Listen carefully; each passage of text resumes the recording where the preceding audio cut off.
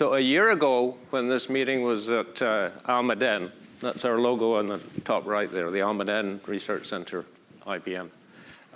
You heard from Ahmed Özkan about a neurological study that has actually guided what you're going to hear about this afternoon. So this is an implementation of the neural model that Ahmed introduced.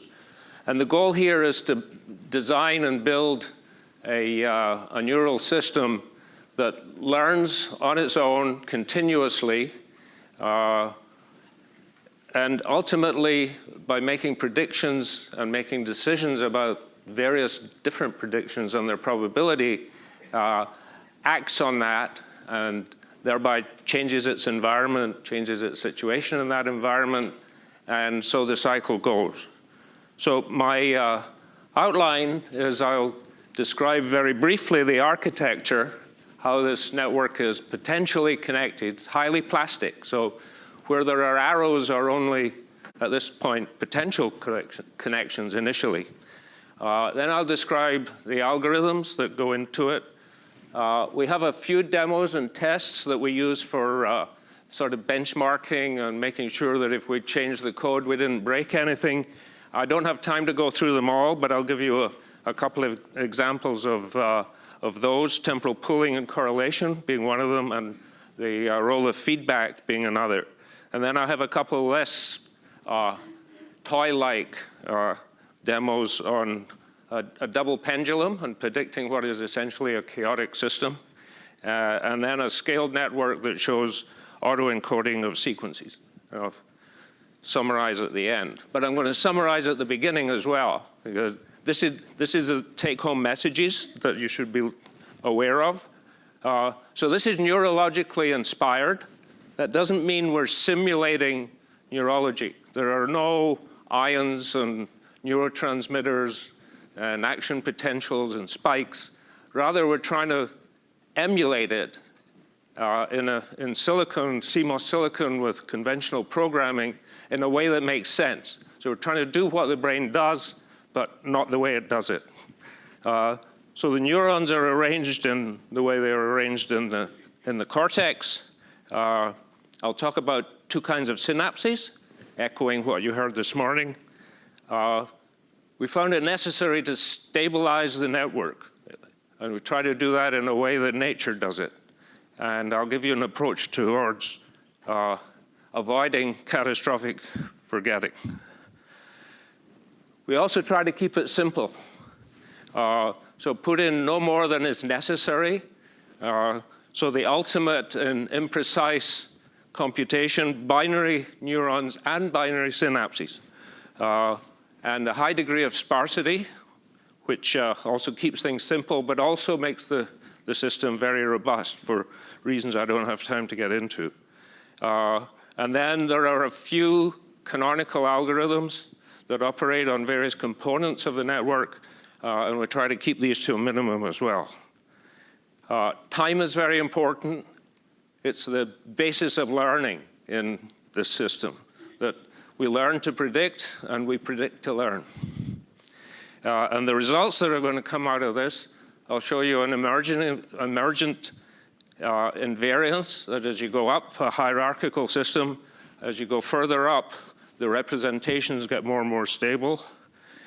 And the whole reason for calling it Cal, except for the fact that one of my colleagues went to Berkeley, is that the context is very important. It's the context that allows the predictions to be made, and then if the predictions are verified, the appropriate synapses are strengthened. So this is the overview of the architecture. There are 4 major length scales that we divided into, starting with a cellular scale with axons, dendrites, synapses in ways that are, it's essentially McCulloch-Pitts neuron, except we're doing the calculations on the dendrites, again, echoing what we heard this morning. The microscale consists of mini columns, which we view as a sort of basic circuit element, but doesn't do much on its own, has to be arranged into cortical layers. So for us, a layer is part of the cortical sheet. It's distinguished by 5 or 6 different layers almost universally across the cortex. So that's the mesoscale. And then each piece of that cortical sheet that we call a region, so a region's an important word, I keep hearing that. A region is itself a node of another hierarchical network. So this is a network of networks. So let's start at the cellular scale. A single neuron has a body. The body doesn't do very much for us. It's sort of what keeps the cell alive, really. There are basal dendrites. They accept feed-forward information from lower down in the hierarchy. And they are driving in the sense that they can fire that neuron immediately if other conditions are right. So then there would be a propagating output through the axons. But there are also modulating inputs. So the lateral dendrites that are coming from the same region, or certainly regions in the same level of the hierarchy, modulate that activity, and I'll describe how that happens. And also we distinguish that mostly on the basis of where the axons are coming from, but we have apical dendrites that are accepting input from up the hierarchy, from higher levels. And there'll be a lot of red dots. These are the synapses that make the connections. On a microscale, we have, first of all, what we call the correlator. So the analogy is to layer 4 of the cortex, where the input supposedly enters the cortex. And the neurons in that layer act as a correlator. That is, any 2 inputs that fire together tend to get wired to the same output. So in that, it's binary correlator in that sense.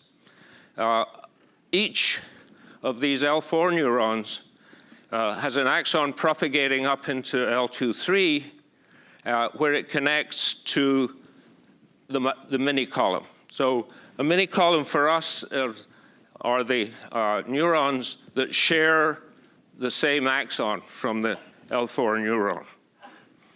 And that is sequence memory. So that is the core of the learning algorithm. It is very much like what Numenta described. In fact, we originally were collaborating with Numenta and picked up all they knew and unfortunately diverged, so they've been doing some things different than we have. So how does that learn sequences?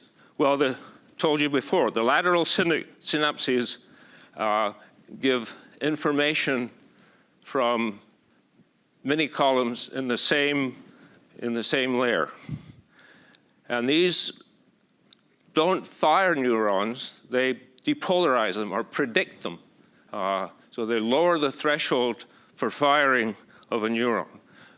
So then if the input comes in and activates the neuron in L4, that neuron fires, signal propagates up to the predicted synapse, predicted neuron, and activates it. So that activation then is fed forward.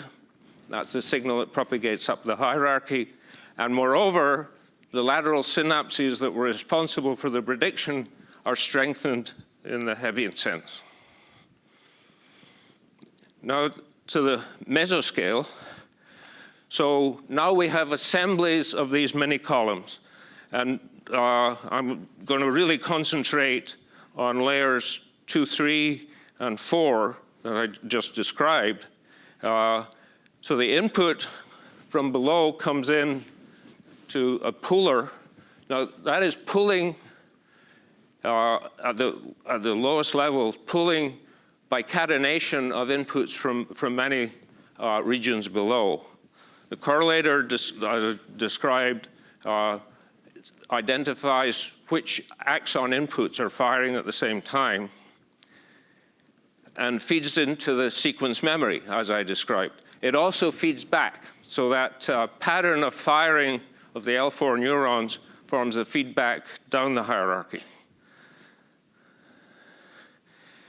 I talked about the lateral connections within sequence memory, so that is sort of sideways propagation of axon activity. And the output of sequence memory, I said, fed forward. So these are the verified cells of sequence memory feeding up the hierarchy. They also have another route to feed up, and that is through the thalamus.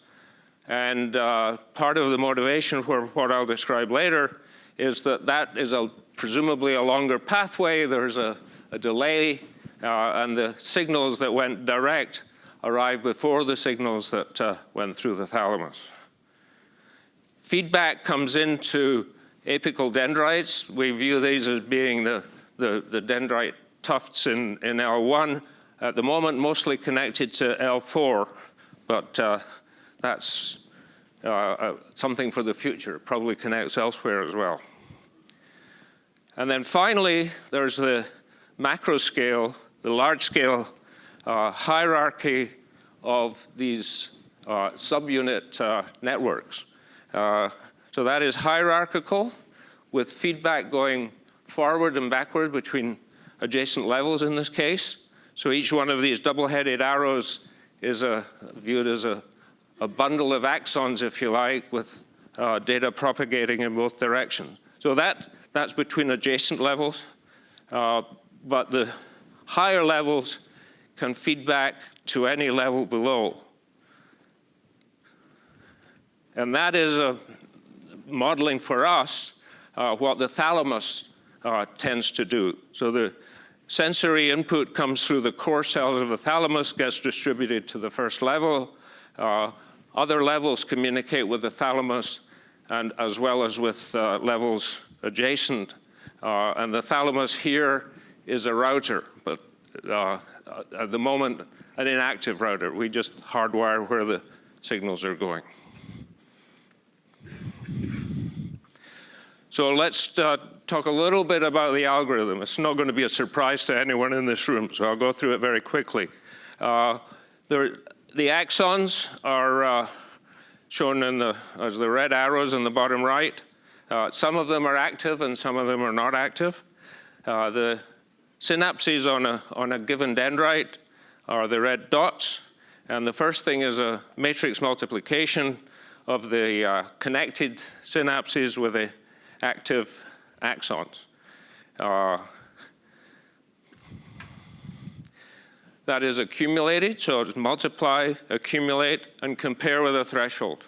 So this is McCulloch-Pitts neuron, but really this is happening for us on a dendrite. So this can happen on any dendrite, and as we heard this morning, there may be multiple dendrites feeding into the soma.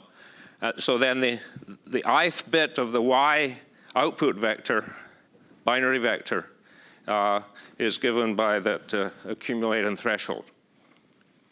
The one difference we have immediately, that's a trivial example.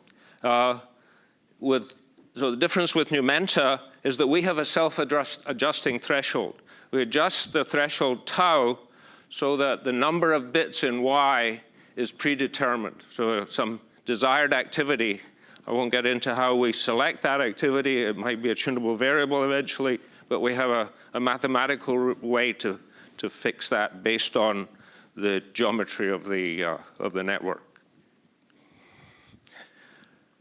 So here is where context is critical. So what happens with context, which is coming in through the lateral and equivalently the apical dendrites, is that gives some, in the case of lateral, it is giving the most recent history of the inputs. It's some context that says we're in a sequence that is something, something, A, B, C. We're predicting D next. So that lowers the threshold of a column that represents D, that is in the D representation, and makes it easier for that column to fire. So we call it gain, although in this case it looks like it's reducing the threshold, but that is equivalent to raising that overlap, that product of active and connected axons. So if we rearrange that, I've always got to click this twice. We rearrange that, that means that lowering the threshold was on a per neuron per column basis. But if we put the gain on the other side of the equation, then it really is a gain. It is multiplying the overlap rather than reducing the potential. But it's entirely equivalent, and that is mathematically much more convenient. So apical dendrites operate in a similar way. How am I doing for time? Okay, I'm not going to get through everything I intended to. So our synapse updates are Hebbian, with one very important difference compared to normal. There are only potential synapses. Initially, most of them are not connected. But based on the activity of neurons and perhaps selecting some at random, new ones are made. So there's a highly plastic network. We stabilize it by principles of homeostasis, trying to distribute the load. So dendrites that have few connectins, that means they weren't active very much. So they get sensitized, or their gain gets increased, so that they end up being involved and contributing to the calculations. We increase and decrease the synapse permanencies. I haven't told you about permanence, but that is an analog, and the connectivity is the binary version of that analog number. So the permanencies get increased and decreased according to Hebbian rules, but modified to try and keep a uniform distribution of connections. And if we still end up with too many weak neurons, they're pruned. We just set their permanence to 0 and remove them from the system. And because we use sparse matrix algebra, that's very convenient. I promised you a way to avoid catastrophic forgetting. And the way we do that is to introduce a nonlinear decrease. So the permanencies are decreased according to that equation. It's a simple power law, but that goes to 0 when the permanence reaches 1. That is what my boss calls the, I'm blanking on the word, the tenured synapse. Sorry, I blew the joke. So that then leads to two populations of synapses, which is what is actually seen. It's perfectly well established in the neurological literature, is that some synapses basically never die and never get disconnected. So these on the right at 1 are permanent, and there's a whole distribution below whose permanence is going up and down.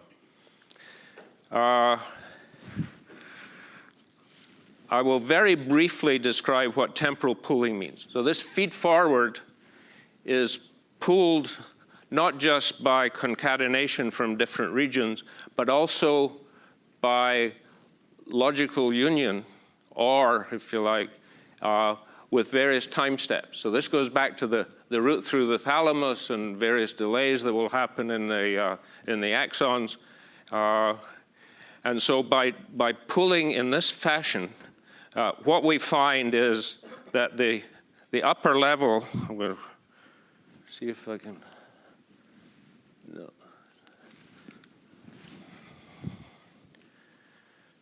So the feed forward signal going up here is correlated in the binary correlator in region 2, and that ends up giving a persistence in the representation, the output of that binary correlator.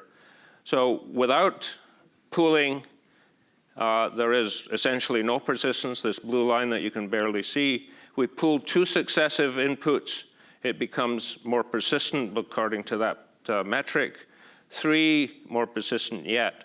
And this is getting basically a random input of text, 3 sentences in random order. So there is something to learn, but it doesn't last very long. So the results sort of, there's a diminishing returns after about 3, so that's where we stop. I won't talk about the learning rate. That is also improved. So learning is accelerated by this pooling scheme. So I'm going to show you a couple of movies. This is a chaotic system. It's a double pendulum that my colleague Alexis has just set in motion. This is frame 1. And of course, at iteration 0, there is no prediction of what's going to happen next. So the symbol on the top left is no prediction. So if there isn't a prediction of X and Y of the blue and green hubs, the marker goes to the margins.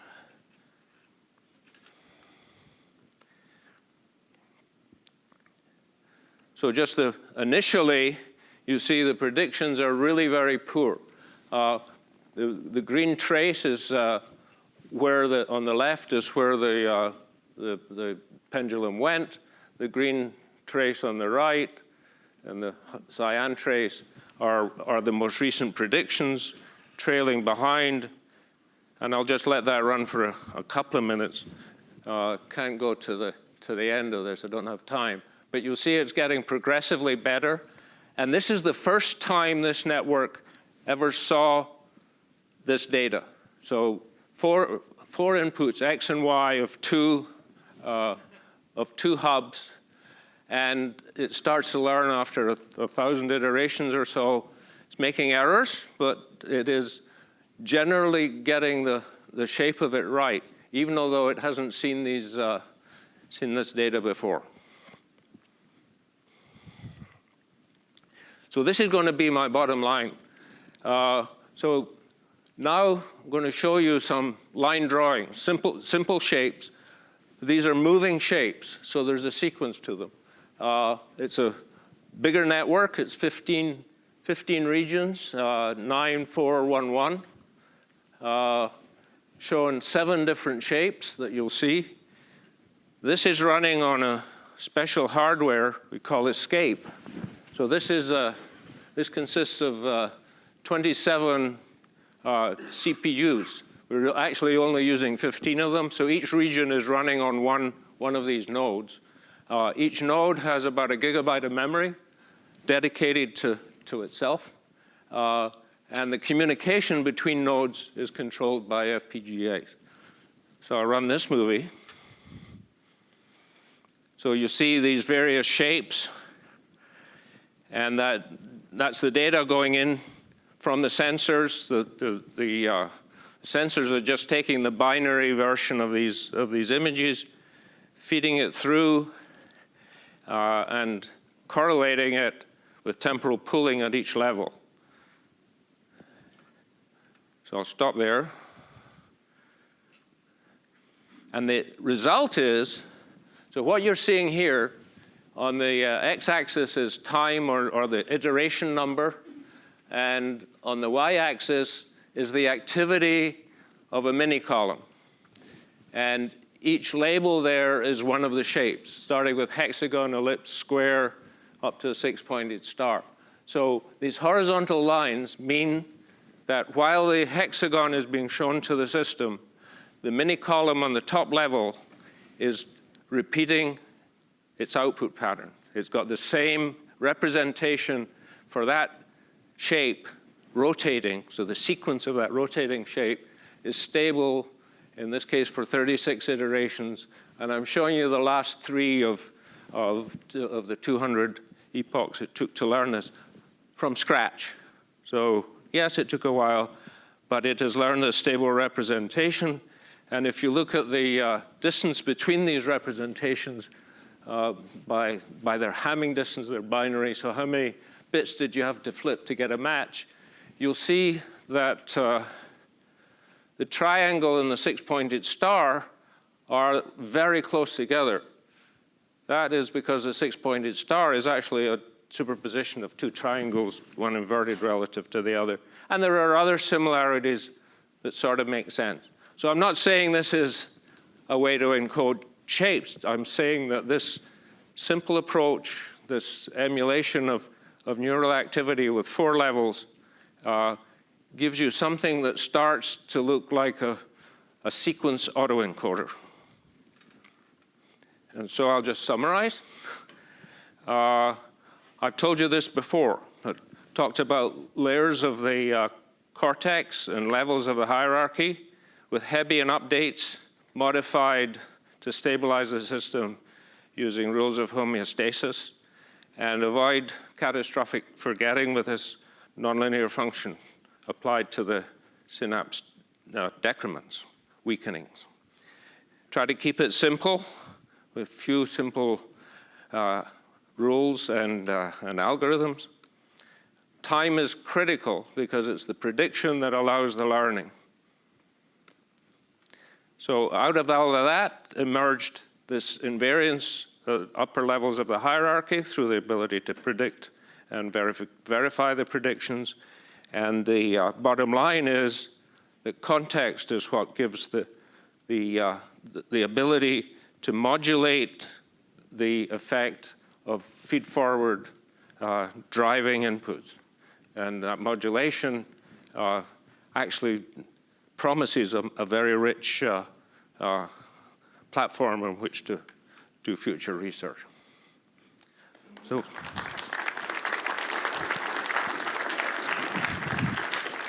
Thank you. Thank you very much. These are my colleagues. I'd like Campbell. to acknowledge their contributions, many useful discussions with many of them, including the people at Numenta, and I've already thanked you. Questions? Comments? Can you describe the... okay, why don't you start? I'm curious about the permanence tag. Do you use context to determine if a trainable parameter is changed to a permanent parameter? So context, we don't tune very much. Context is emerging naturally. So my view is that the lateral sequence memory, the lateral connections, are giving you some recent part of the sequence that is currently being input. And what's fed up and then fed back down is giving the context of things that happened sometime in the past. And at the moment, it's not a very long past, but it is. We've used this, for example, for error correction. So we've got a noisy input. That feedback overcomes some of the errors and gives more accurate results.